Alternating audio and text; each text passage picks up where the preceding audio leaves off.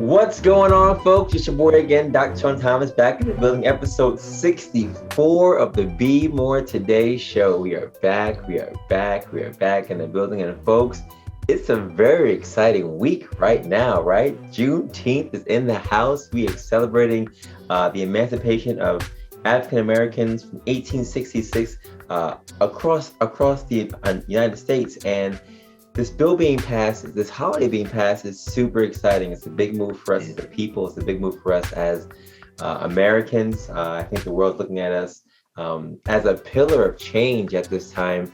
And it doesn't change everything, but everything that is progress is progress. And we appreciate the work and support that everyone's been putting into this thing from the beginning. I remember as a kid, I didn't really learn about Juneteenth. It wasn't really taught in our schools at all. But as I've gotten older and learned more about it, it's just really exciting to see attention being put on it and people really just making sure that they give light to our history and the amazing culture that we have and the amazing effect we've had on this country. It is amazing and a blessing, really, to see that this was passed and that it's going to be a holiday for other generations behind us to be able to appreciate and benefit from. So kudos to everyone who's been a part of this process, for every march that ever happened, for every donation that was ever given, for every vote that was given down for this thing. It is awesome to see that this was and will be something that will be part of our history and part of our legacy. And I truly believe that is part of what Be More Today is really about, making sure that we recognize that every day is a chance for us to go out there and to make change. Not just to talk about it, but to be about it. And as you guys know, we've been doing this show now, episode 64. Be More Today is everywhere with my book, the podcast information. I just want to thank everybody for the support and love and for giving their time towards this podcast and towards this movement. We are heard now in 36 countries, trending. And this weekend is not just Juneteenth, but it's also Father's Day weekend. And I'm super excited to have my dad on this show today. Before I talk about my dad and how amazing he is, there's so much to talk about. It's also Men's Health Month, and I figured it'd be great to have him on because he is a pillar of health in a variety of levels. My quote for today, as always, is by Jazz Zoe Marcellus, and it says, "The level up is about improving oneself, not impressing others. It is you versus you, not you versus them."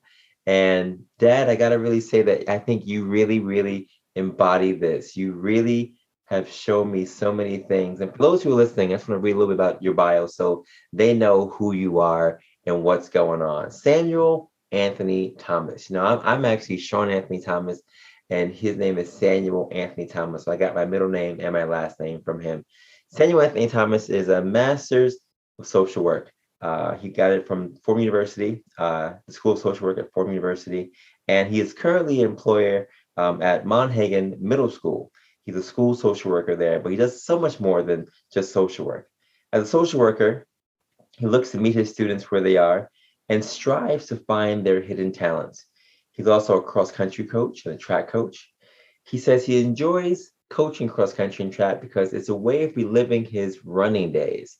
His favorite motivational quote is, "When the body says no, the mind says, yes, I can."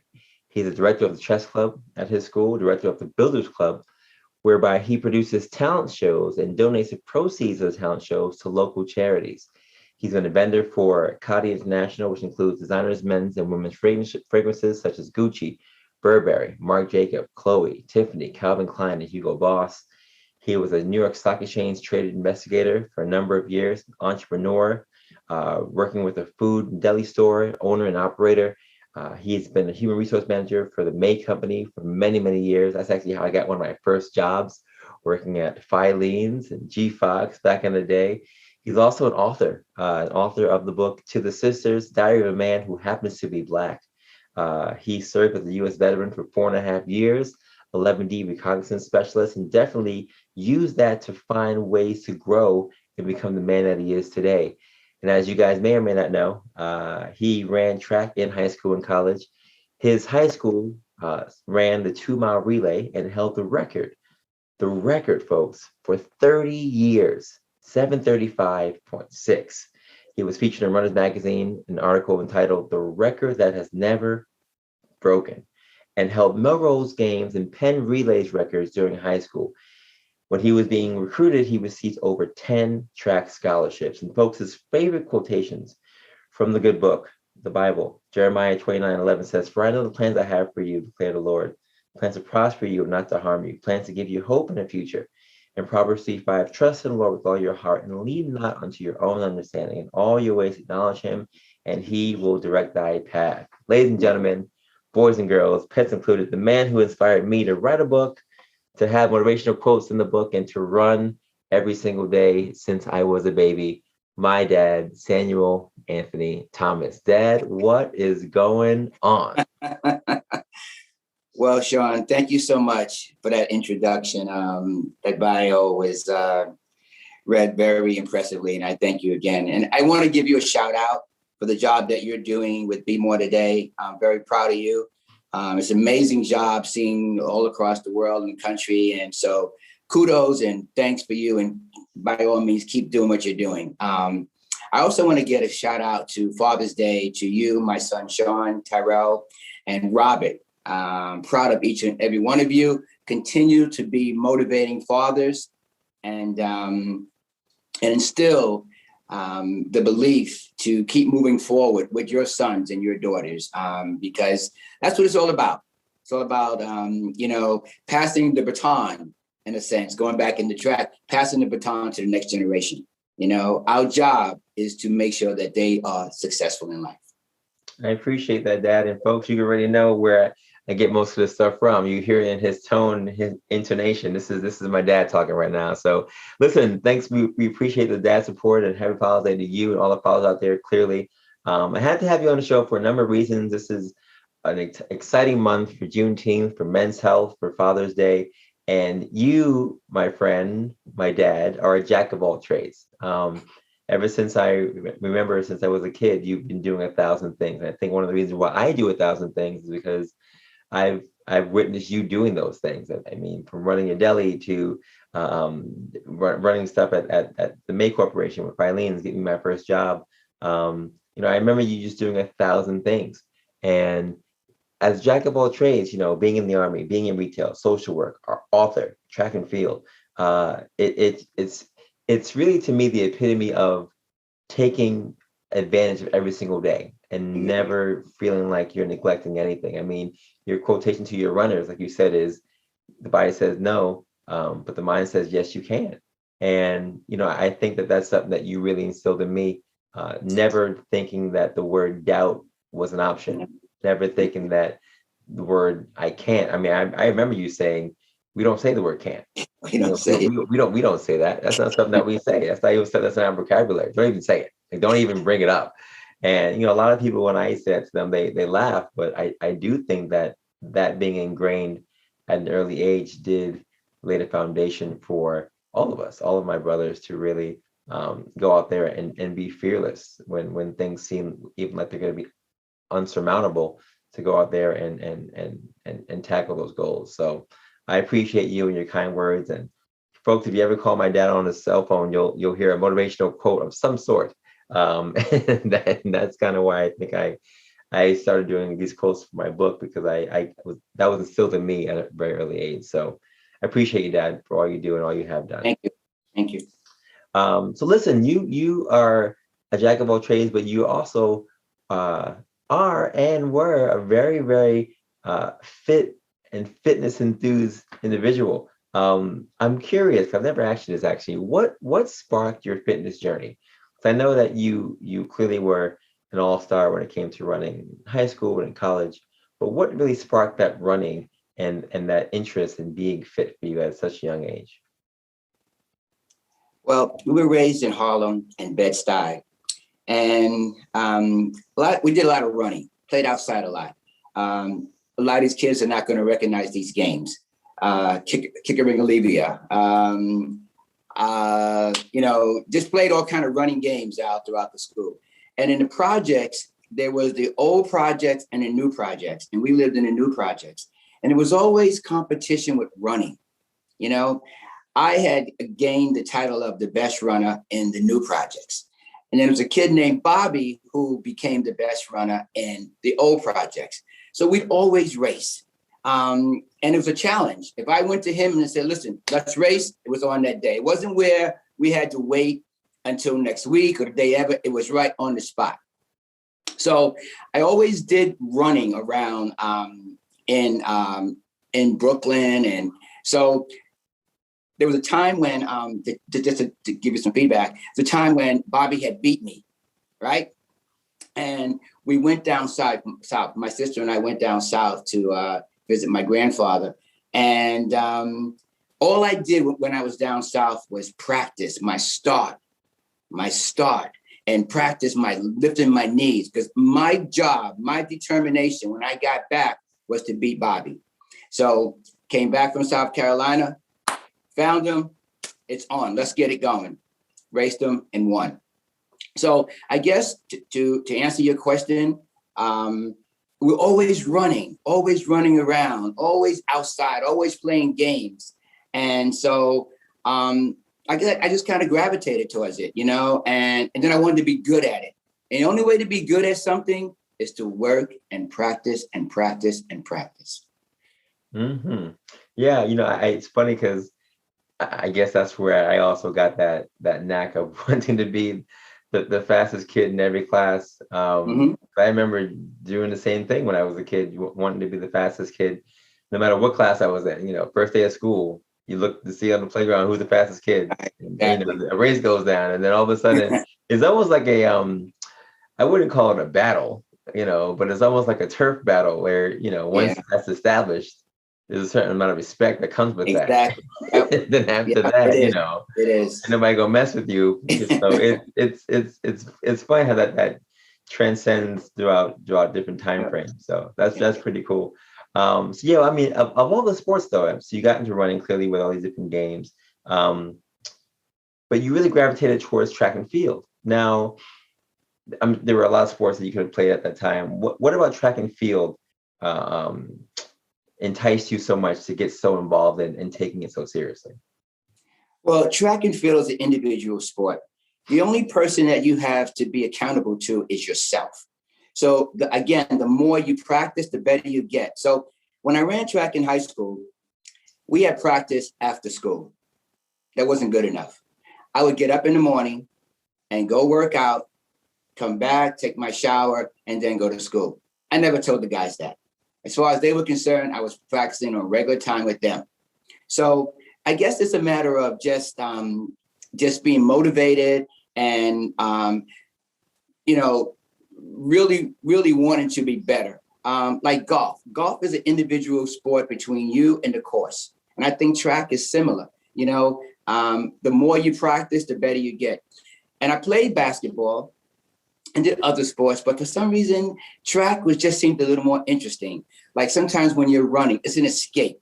Living in Bed-Stuy, there was a lot of crime, a lot of kids who were making really bad choices, And for me, running was my escape. I'd come home sometimes and I would just go run, and it kind of cleared my mind. And sometimes running, you go into another level in your mind about maybe what you want to do with your life, where you're headed, So I guess running again was something that motivated me, kept me grounded, definitely kept me out of trouble because a lot of my friends, they made some really, really, again, bad choices. It just, again, it was my out. Running was my out, which as I look in hindsight now for my future, it really helped me to grow and build up my confidence. Yeah. I think a lot of people get into that same mindset of recognizing how they use sports to determine and apply to their lives for either work or the professional environment, even interpersonal relationships. A lot of the things that you learn as an athlete, discipline, self-confidence, like you said, waking up before and putting that extra work in and applying that to your practice or to the training field, all that stuff really carries over into life. I think a lot of people lose sight of that. And people who haven't gotten into these things at an earlier age, I think they do themselves a disservice because even if they get into it later in life, which is still very good, there's a certain ground level that's placed when you start to do these Right. things early on. And I'm sure you probably instill that with your runners at your school and even with your students when you're working with social work. A lot of those things carry over in terms of how you're laying down the foundations of discipline for track into the regular world. Um, and I know from your story, I know that it took a lot of discipline, a lot of effort for your team to hit this record when you were in high school. Can you talk to the people about what this record was for those who might not know anything about New York high school history? I mean, we live in Bed-Stuy now, very close to boys and girls, and I'm not from Brooklyn, but recognizing that you grew up and lived here is very, very interesting and fun for me to actually be in this environment. But can you just share with everyone what the story is, what the story was about this record that you guys set back in the day, and how it changed your life? This record was monumental. First of all, let me back up. I was living in Brooklyn, and I was programmed to go to Boys High. I was programmed to go to Boys High. But then we moved to Queens. And when we moved to Queens, I ended up going to Andrew Jackson. So it's ironic. I'm going to go ahead a little bit. It's ironic that the two competing schools end up in the final race to the finish was Boys High and Andrew Jackson. But to back up, again, there was a lot of hype. The old record had stood for many, many years, and the track season was over.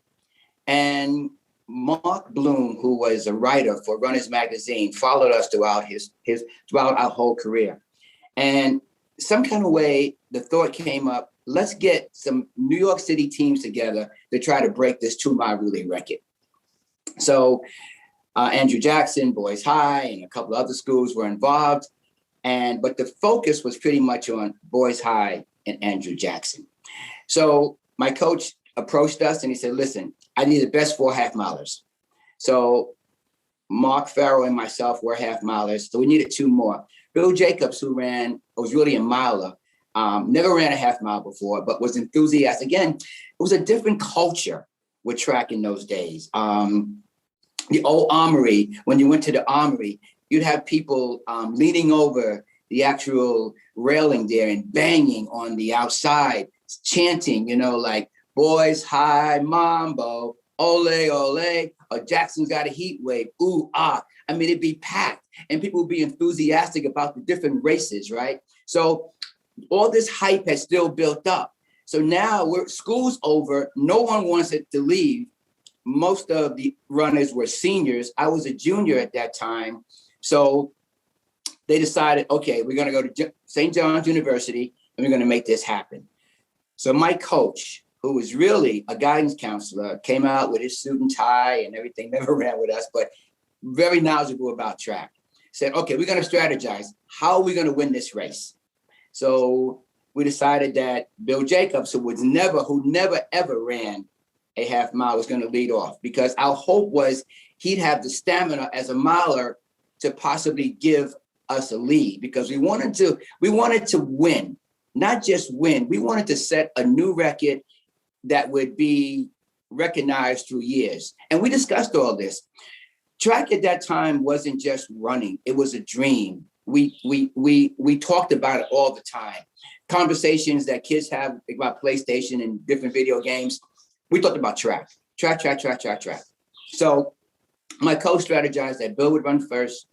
Bill would run and then pass on to the next runners. And so we strategized, and we strategized to the point that, again, we wanted to make sure Mark Farrell, who was running last, would have a lead. And so that's what happened. The race took off. It came down for the third leg, which I ran third leg, and I passed it on to Mark. And James Jackson was a well-renowned half-miler who was known to have battles with Mark Farrell. So Mark was given the lead, and he ended up finishing. It was neck and neck. and then Mark leaned, and we end up getting the actual win. But it didn't stop there. It went on and on and on. One of the runners, Bill Jacobs' father, was an entrepreneur, a businessman. They invited us to Sag Harbor. They gave us these plats. They gave us money. People were talking about it. Mark Bloom did an article about the race. The hype was unbelievable. We would walk through this. It was like being a celebrity. We'd walk around and people were congratulating us, like people we didn't even know. So it was amazing. And then 20 years later, Mark Bloom finds us all. I'm working at New York Stock Exchange. The other runners are working in various locations. He finds us all. He writes a big article about us, the record that was never broken. And so even after 20 years, the hype was still going on. I mean, we were all businessmen and moved on. You know, some of us had kids, and they're still talking about this 7:35.6. So it was meaningful and unbelievable. And then years later, we go to another event at a restaurant. They gather us all together, and they're still talking about this race.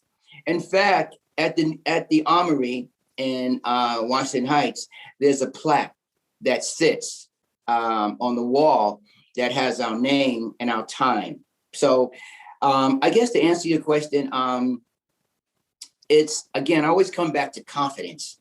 You know, I believe if you know who you are and where you're headed, you're going to accomplish anything. And even when I talk to my kids in school, I say, when you look in the mirror, what do you see? What do you see? I'm not talking about your hair. I'm talking about your eyes. I'm talking about who are you? Who are you and where are you headed? So I think that record of 7:35.6, even though right now it's many years, it was an accomplishment that we had no idea that we could obtain. And even at the finish line, when that was over, we saw the coaches looking at each other and they were looking at the watch. They didn't believe the time, and it was just a great moment. And it's something that I look back on every now and then. And if I run into any of the guys, the conversation always comes back to a variety of things, but it ultimately ends up talking about that race again. That's incredible. I mean, what an amazing story. I was honored to be at the restaurant when you guys had your last celebration, or your most recent celebration of that event. And there's so many people there that, you know, had been a part of that, and looking at the reporters, and everyone was just, like you said, so excited still about that accomplishment. And even when I was there, you know, you had mentioned the ties that you had to Tommy Smith and John Carlos. What ties you have to those guys? I mean, in the honor and spirit of Juneteenth and what's happening now in this country with us acknowledging the struggles and the accomplishments of Black people, what were your ties to these two guys with 1968 Olympics? Well, Vincent Matthews was a runner. He was a couple of years ahead of us. Our coach, Milton Black, was known for putting out very high caliber runners. I mean, our workouts were extremely intense. I mean, after a workout, I would literally crawl into bed and fall asleep. So Vincent Matthews and John Carlos and Tommy Evans and those guys, we knew of them because of our running history. But Vincent Matthews more so ran on that legendary 4x400 meter relay team that won in the 68 Olympics. And they felt that in order to show their pride and recognition, they held up the power fist. And at that point in time, it wasn't understood what they were trying to accomplish. And instead of looking at it from a positive point of view, the media and social outlets looked at it as a negative, which means they were stripped of their medals, which was detrimental to those guys, especially Vincent Matthews, who again I knew very, very well, who ran on our team. So that was my connection with them. When we saw that, we were proud of them for winning. number one, not so much for what happened after, for, you know, taking away their medals, but just so you know, years later, they were recognized and given recognition and status for their accomplishments. I think society and the world had changed and they understood what they were trying to do in their point of view. So Lee Evans, unfortunately, I don't know if you guys know, he just recently passed away, but prior to that, they did show him and showed the acclamations and claim of the actual race that was definitely given back to them. Wow, what a story. That's so incredible. And it just goes to show, you know, the legacy that is athletics, the legacy that is taking time to put any kind of work and diligence into a craft and where it can take you. I mean, who would have known that those guys would have made it to that level? You were a part of that same training ground of guys who went through the rigorous training and the rigorous daily routine to get your body to a place where you can perform and do such a good thing. What's your advice to your runners now? You know, as a coach, you've gone through all of these experiences, you've seen so many things, you've had so many accolades. How did you inspire your young men and young women now to take their health, but also their athletics and training seriously? I talk to kids on a daily basis. And again, we're living in a new generation right now where kids are comfortable coming home, sitting in front of a gadget, you know, and playing video games. That's their thing right now. And the level of commitment that we had in those days, the kids have it within them. It's just the task of bringing it out, you know, because I ask kids sometimes, what do you do over the weekend? Ms. Thomas, I slept. You slept. You're only 11, 12 years old. What are you doing sleeping? So I talk to kids about being motivated. There's one student that I'm working with right now who's not really he's not really a runner. He's a wrestler. He weighs right now 240 pounds. He wants to wrestle at 170. If he doesn't lose the weight to wrestle at 170, he will be wrestling with kids that are 285. So I said to him, what's your plan? Who do you want to wrestle with? Do you want to wrestle with kids that are 285, or do you want to get down to your weight with wrestlers that are 170? So he's looking at me. So I'm giving him a plan of action, especially because this summer we lose contact with the kids. We don't see them. But I won't see this kid again until actually he's an 8th grader, so he's going to the high school. So I really won't see him again because he'll be in the high school, and I do middle school. But I'm giving him a plan to work out, not just work out, but to eat, to balance it. Eating and working out go hand in hand. So he can't just go and run and work out with weights and push-ups and crunches and then go eat pizza and all kind of junk food and gain that weight back. So it's going to be a balance. So I talk to kids on a regular basis about their health, about staying in shape, because their bones are still growing. And I think what happens, again, a lot of kids don't know what they're capable of doing. When I coached cross country a couple of years ago, and again, the season was over, but I had these girls who didn't want it to end. They were top athletes. And so they ran times that were eligible for them to go to a state national championship in Virginia, but school was over. So how do we get there? The school didn't fund it. So these girls, with their commitment, went out and did different events to raise money for uniforms. We did carpools, and we took that trip. This is in November. It's freezing in Virginia, freezing. Took that trip out there. And just to see the dedication and drive of these girls to go out there and run was very satisfying. So I guess what it is just keep motivating kids. I talk to kids a lot. I say I have them chant certain words. You're a winner. You're great. You're this. I let them instill those words in their mind, because it's very important for them to know who they are, and again, and where they're headed. Yeah, I mean, words are powerful. Clearly, we know that, and seeing that you're affirming them every single time definitely carries over into what they'll be doing and have done in terms of their accomplishments. Now, you are someone who Be More Today has a number of challenges that we do in terms of races. We actually have done 3 races so far, all this year. Actually, we did a New Year's Eve run.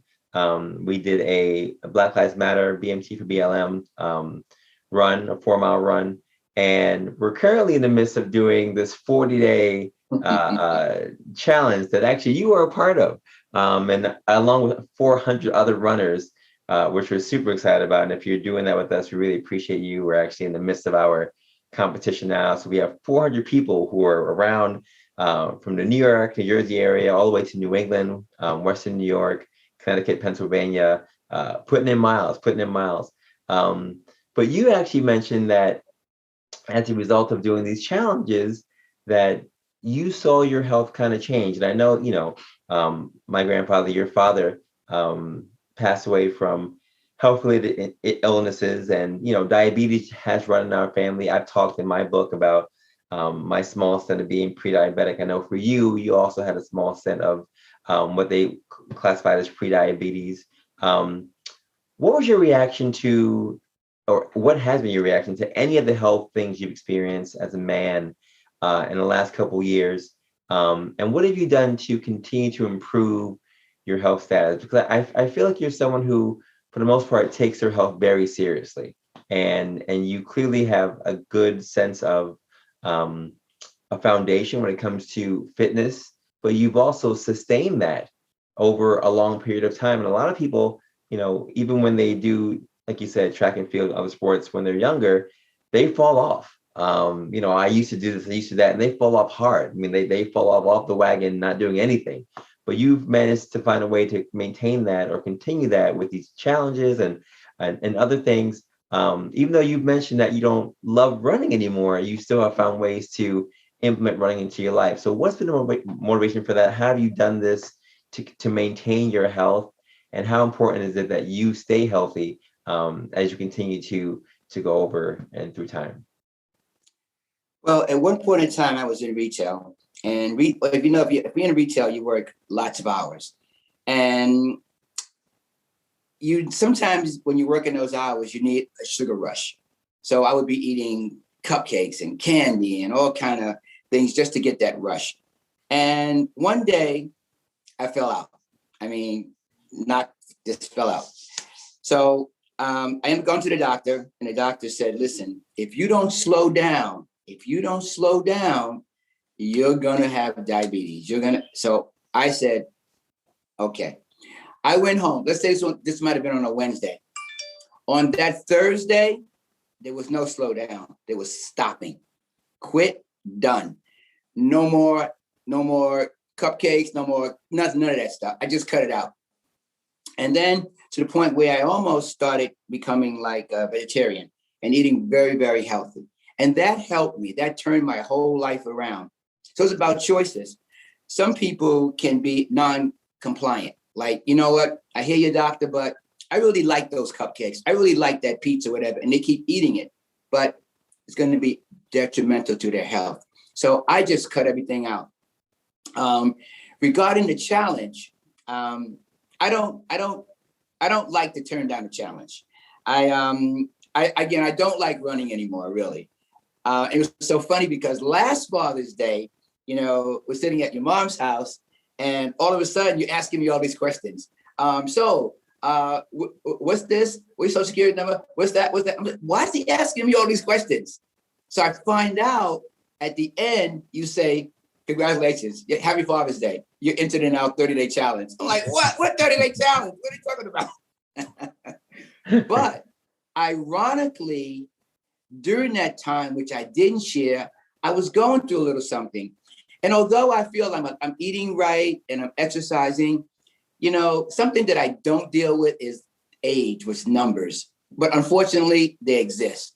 So as you get older, things just happen. I mean, sometimes you have no control of it. So during that time, I was going through something with my health.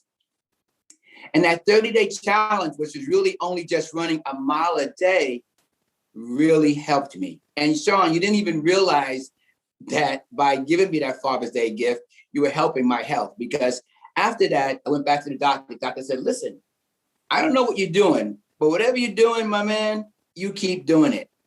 You keep doing it.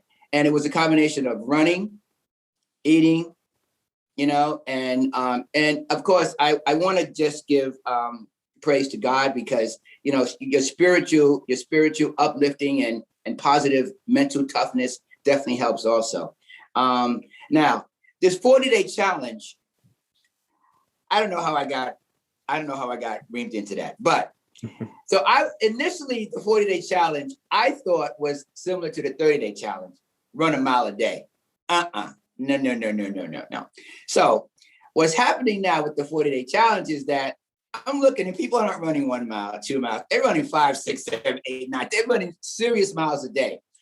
And that's okay if it's on an individual basis and only that person can see it. But no. It's categorized. So you see your standings. So now I'm like, wait a minute. What is going on here? Wait a minute. So today I'm like number 47. And then, you know, if I don't run, I'm going to be number 58. No. So I've been a little busy. You know, school's going to be over June 25th. And so I know this ends July 15th, but I realize I got to crank it up. So I have been doing, 2 miles. One day I did 4 miles a day, in that particular day. So, but because you don't want to be, and again, it's a mindset. You know, somebody else might say, you know what? I'm okay with that. I'm doing my mile a day. I'm doing a mile and a half a day. I'm okay where I stand on this totem pole, you know, on this list. But I don't like being down there. I don't like being that level. I believe that you should be striving to do everything you possibly can to make yourself better. Complexity is simple. Anybody can go like, all right, hey, that's it. But what does it take for you to strive and want to, as you said, be more today? What does it take for you to do more? And you can surprise yourself, because sometimes when I'm out there running, I'm like, you know what? I can't do 1 more mile. You know that? And then when you finish, the beauty of it is going back on your phone and plugging those hours in and seeing yourself move up. I don't know if everybody's doing that. I think that there seems to be a battle between first, second, and third. They're like, they're doing crazy miles, but so again, to answer your question, the challenges have definitely helped me. It's helping me now. Again, my schedule is really crazy. I'm not been able to do as many miles as I like, but again, I'm hoping to pick up that pace after when school's over. Yeah. And you know, I applaud you for joining the challenge. I applaud you for willfully but unwillfully accepting it. And you know, the good thing about it is that, like you said, when you see yourself on there, and again, we have 400 people in this one, it really inspires you just to say, you know what, I gotta go out there. And yeah, some people say, you know, I don't care about that kind of stuff, but when you see yourself on there with other people, you see the standings and you see yourself go up and go down. It's a small little inspiration, right? It's like a small little enticement to say, you know, just go out there and do something. Because if I don't have some kind of motivation, if I don't have some kind of goal or end goal or something we're working towards, like the marathon, you know, I did the marathon only because I had an opportunity to do it. But, you know, watching the marathon with you for so many years and having the opportunity to do it, I said, well, I have this is something that I have to do. I would watch it for you. We watched the marathon every single year together. Yeah. And to be able to actually do it that first time and to have you be on the course watching was incredible, clearly. But having that as a goal, you know, inspired me to go out there and run 20 miles a week, 30 miles a week. But if you don't have that, you know, every single day, there's no end goal. There's no, like, you know, purpose for doing it, whether it's health related or not. Some people just don't do it. So I think that these challenges and other things have really sparked that for other people. And it gives you a little bump. It gives you a little boost Yeah. of energy to go out there and say, yeah, well, I can do it. And like you said, once you're out there doing something, you get that 1 mile in and you feel pretty good. You just end up doing another mile. We've seen people who would have never run any miles 2 years ago on this challenge now doing 40 miles, 50 miles, 10 miles, 15 miles. So it's fun to watch. It's fun to watch. And I'm glad you're a part of it. Um, Now, I know you've always been a very positive person. I think that's where I get a lot of my positivity from. You always have some kind of motivational quotation on your voice or on your voicemails or on your messages on social media and whatnot. I've always seen you do great things with your community on Facebook, and you're always putting out good energy and good feedback to other people, and they feed off of that. How integral do you think or believe that our words are when it comes to our physical, mental, spiritual, and emotional health? I've heard you say a lot of things about words and how important words are. We talked even earlier in the show about the words can't and won't and don't. But when it comes to your health and men's health in particular, how integral do you think that our words are when it comes to maintaining these platforms or these stabilities of health? Our words are very, very powerful, Sean. It's almost like when you speak them, you can actually see them, and another thing that the kids always come to me and say, Coach or Miss Thomas, I'm going to try. And I'm like, try? What does try mean? And they go, try. I'm just going to put an effort out. I'm like, why are you putting an effort out? Why aren't you just going to do it? And then I always relate back to Nike. I said, what's Nike? Because Nike's a big thing right now with kids. I say, what's that shirt say? And they say, do it. Just do it. I said, well, just do it. And I think that goes along with your Be More Today, with just going out and accomplishing more and doing more, So going back into the words, there's a phrase that goes, you resonate and you marinate on something, and eventually the mental picture will manifest itself into physical form. You start to see yourself doing something, but you can't see yourself doing it unless you start speaking it. So I go back to confidence with kids. Who are you? And what I tell them in the morning time before I get out of my car and go into my job, I talk to myself. It's going to be a great day.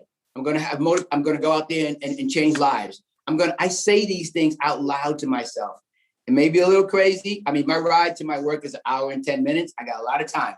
So, but I build myself up each day, because when you walk in a building, you don't know what you're dealing with. And kids, middle school, I have middle school kids. Middle school is about socialization, identity, finding yourself. A lot of kids come in and they're lost. They have no idea what's going on. Somebody can tell them to tell you about words. Let's go back to someone who says to you, let's say you tell somebody that you want to be a doctor, and they say, there's no way you're going to be a doctor. I don't even know why you're thinking about being a doctor. That comment to that person could affect them to the point where they start pondering, you know what? Maybe I can't be a doctor. Maybe that person told me I can't be a doctor. So you know what? I think I'm going to do something else in my life. So when we as adults instill positive words into kids or even adults, it makes somebody feel that, you know what? I can do that. It's like giving somebody a compliment. I said to kids one day, did you give anybody a compliment today? You tell them they look good, or nice shoes, nice hat, nice shirt? No, why not? Because you're putting energy, positive energy out there. So again, our words that we speak are very, very powerful. And again, I'm going to go back to when you speak it, you can actually see it. You can see it. It's like you see it happening, So we have to stay positive with these kids out here. We have to stay positive with anybody we come into contact with. And, the world is so crazy right now. There's so much going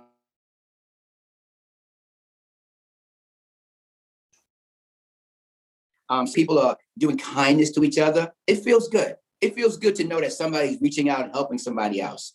So again, I with my students and with my runners, I always motivate them and I talk to them. I did a show, a Hispanic Heritage show just last week, and I started out with kids talking about, who are you? Who are you? And they said, I'm a winner. And I said, who are you? I'm a winner. Who are you? I'm a winner. Loud, so that they can be hyped and know it. It's easy to tell somebody that they're not, but the same time you say they're not, you can say that you will be. Yeah. Yeah. Words of affirmation are super powerful. And I'm glad that you're sharing that with others and continuing to at least live it out in your own life. That Be More Today, as you mentioned before, it's our staple, it's our motto. It's many things to many people, but I think everyone has a different interpretation of what Be More Today is for them. So you, sir, are number 64 on our list. What? Yes, 64. No! So when you hear the phrase Be More Today, what does that phrase Be More Today mean to you? Wait a minute. I thought it was 40 something. I'm 60 something now. I gotta step it up. So to answer that question, Be More Today to me right now means that I need to step up my game. And I mentioned about being busy, but I also realized that sometimes you can accomplish more than you realize, So being busy, could that be an excuse? Could it be, maybe you go to do more time management and figure it out? So I guess to answer your question is that I am going to, again, hit the grind and get busy. Be More Today to me means that going beyond what's expected. I mean, like I said, going back to, you can go run a mile, but you need to be running more than a mile. You need to be running more than that. 64, you sure you're looking at the right number? I mean, I thought I looked at it yesterday and, oh, wait a minute. That's throughout the whole, is that by, no, you're good. I was saying you're a 64 person on the show, not in the standing. You're good in the standing. Oh, man, you had me worried there. Oh, my bad. All right, I feel much better. You had me really worried there. All right. Okay. Grateful, Sean, and humble. When you first told me about this, I started saying, well, because I watch your show and I'm looking at these people who are like doing these amazing things. And I'm like, you know what? I don't know if I fit into that. I don't know if I fit into that category, So I applaud you. I was very graciously, I graciously received this. I never expected to be on the show. I didn't know that I fit into this. So again, I'm humble. It feels good. I'm not a person to really talk about myself, really, so this is stepping out of my comfort zone. I was really kind of nervous about this last couple of days, and I'm like, well, what am I going to say? What's going to go here? How's it going to happen? But I realized that sometimes you have to just relax, and just speak from the heart. And that's what I hope I did today. I wanted to speak from the heart. I'm really proud of you with this show. I think you're doing an amazing job, and I'm hoping that people take heed to it and learn from it and grow from it. Because and again, I'm gonna say nothing's wrong with just being who you are like that, but there's something magical about accomplishing something that you never thought you could accomplish. So when I think about Be More Today, I think about also the fact of swimming. Now, swimming is something that I don't really do. I went to some swimming lessons, and I realized that when I think about Be More Today, that has helped me as far as learning how to get better at swimming, not just just going in the pool and, doing a little something, but learning how to go in the water and get my strokes together and whatnot. So Be More Today is about challenging yourself to be a better person, to accomplish more than you realize that you can. Mm-hmm. Well said. Well said.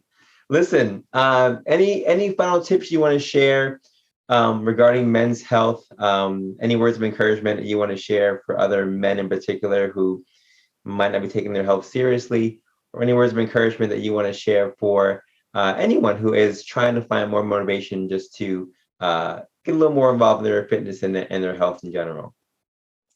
Understand and know your body. If you feel something's not right, go to the doctor and check it out. Now, personally, I don't like going to doctors. I don't like going to doctors because I guess I don't want to know what they have to say, really, if something's going on. But sometimes you have to go to a doctor to see what's happening. So understand your body and know what's going on. Stay spiritual. Trust God. And I mean, he gave us a sound mind and sound body, so trust, because if you go to the doctor and he tells you all these things, they may tell you something that you don't want to hear. Like when I went to the doctor one time, he said to me, well, we might have to put you on medication. And I'm like, that ain't gonna happen. I told him right up, it's not gonna happen.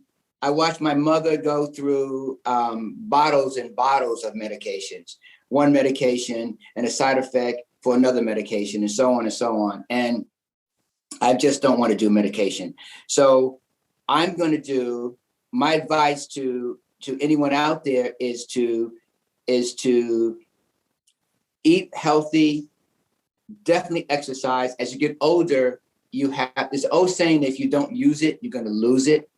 And I realized that with this challenge in the beginning, I would do like move my knees up and down. And I heard some squeaking. I'm like, what's that squeaking in the nose? It's the bones. But now that I've been running more, the squeaking is kind of subsided. So I'm thinking, okay, this is cool. I'm just getting a little better. So stay positive about your life. And, I don't want to say anything bad about medication. I mean, medication is something that if you have to take medication for something, it is what it is. You have to do it.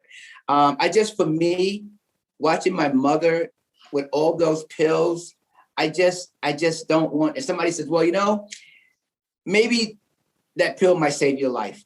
And I'm thinking, you know what? Maybe it might, and maybe it won't. But I'm going back to the fact of trusting God. And I'm trusting God that, he put me on this earth. He has me still on this earth.